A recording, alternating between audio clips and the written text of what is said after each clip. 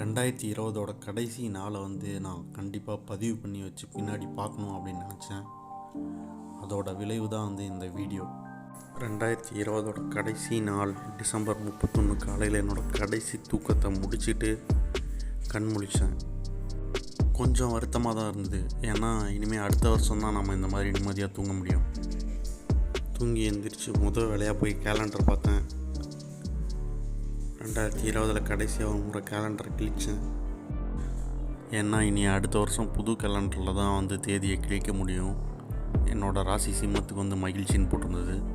என்ன மகிழ்ச்சிலாம் வரப்போகுது அப்படின்னு யோசிச்சுக்கிட்டே அடுத்த வேலைகளை ஆரம்பித்தேன்.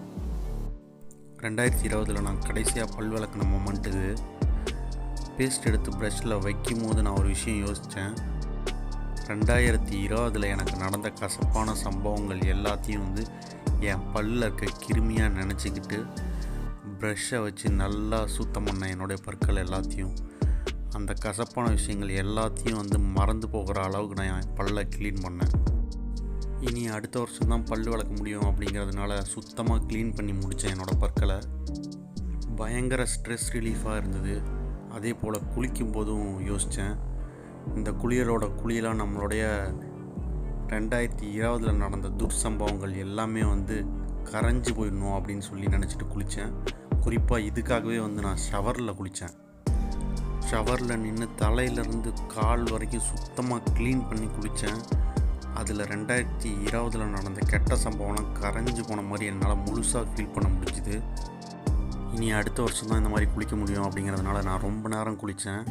பயங்கர பாசிட்டிவாக இருந்தது. அதே பாசிட்டிவோட மங்களகரமாக மஞ்சள் கலரில் ஒரு டிஷர்ட் எடுத்து நான் போட்டுக்கிட்டேன். 2020 கடைசி பிரேக்ஃபாஸ்ட் எனக்காக ரெடி பண்ணி வச்சுருந்தாங்க. ஆப்பம், தேங்காய் சட்னி, ஆரஞ்சு ஜூஸ் திருப்தியாக சாப்பிட்டேன். சாப்பிடும் போது ஒரு விஷயத்தை நான் யோசித்து பார்த்தேன். 2020 இது வரைக்கும் எனக்கு என்ன நல்ல விஷயம்லாம் நடந்திருக்கு அப்படின்னு சொல்லி யோசித்து பார்த்தேன். ஆனால் சொல்லிக்கிற மாதிரி ஒன்று கூட ஞாபகமே வரல. அதே யோசனையோடவே என்னோடய பிரேக்ஃபாஸ்ட்டை நான் சாப்பிட்டு முடித்தேன். அந்த சமயத்தில் தான் எனக்கு இன்னொரு யோசனை தோணுச்சு. 2020 கடைசியாக நம்ம சைவம் சாப்பிட்டோம் பிரேக்ஃபாஸ்ட்டில், மதியம் ஏன் நம்ம அசைவம் சாப்பிடக்கூடாது அப்படின்னு நினச்சேன். வீட்டில் ஒரு வார்த்தை சொன்னேன். மீன் வறுவல், மட்டன் கிரேவி, சோறு, முட்டை எல்லாம் சுட சுட ரெடியாக இருந்துச்சு. 2020 என்னோட கடைசி லஞ்ச். இனிமேல் அடுத்த வருஷம் தான் சாப்பிட முடியும், அதுவும் நான்வெஜ் வேறு. ஸோ நல்லா வெளுன்னு வெளுத்து கட்டினேன். பயங்கர திருப்தியாக சாப்பிட்டேன். வயிறு ஃபுல்லாக சாப்பிட்டேன். சாப்பாட்டில் கொஞ்சம் காரம் வேறு. ஸோ சரி பண்ணுறதுக்காக ஐஸ்கிரீம் வாங்கிட்டு வந்திருந்தேன். இந்த வருஷத்தில் கடைசியாக ஒரு டைம் இந்த கோன் வாங்கி சாப்பிட்டேன். சாக்லேட் கோன் பயங்கர சூப்பராக இருந்தது. இனி அடுத்த வருஷம் தான் இந்த ஐஸ்கிரீம்லாம் சாப்பிட முடியும். சாப்பிட்டு முடிச்சுட்டு ஒரு குட்டி தூக்கம் போட்டேன். பயங்கர சூப்பரான ஒரு தூக்கம். நிம்மதியாக தூங்கினேன். அடுத்த வருஷத்துலேருந்து இந்த மாதிரிலாம் தூங்கக்கூடாது. ஏன்னா ஜிம்முக்கு போய் உடம்பை ஃபிட்டாக்கலாம் அப்படின்னு சொல்லி நான் ஒரு முடிவெடுத்திருக்கேன். கடந்த 2 வருஷம் நியூ இயர் அப்போவுமே இந்த மாதிரி முடிவெடுத்தேன், ஆனால் செயல்படுத்தலை. இந்த வருஷமாக அது கண்டிப்பாக அதை செயல்படுத்தியே ஆகணும். தூங்கி எந்திரிச்சதுக்கப்புறம் மைலோ கலக்கி குடித்தேன். இன்னமும் ஜீரணம் ஆகாமல் இருந்தது ஹெவியாக சாப்பிட்டதுனால. ஸோ மைலோ குடித்தேன். அப்போது ஒரு விஷயம் யோசித்தேன்.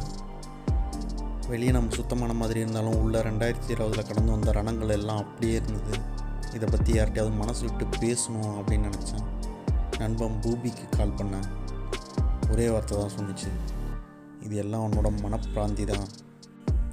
2 பேரும் சந்தித்தோம். அந்த சந்திப்பில் மனப்பிராந்தியை பற்றி நிறைய பேசணும். என் மனசில் இருந்த பாரம்லாம் இறங்கி 2020 ஒரு நல்ல பாசிட்டிவ் வைப்போட முடிஞ்சுது. 2021 ரொம்ப சந்தோஷமாக தொடங்குனுச்சு.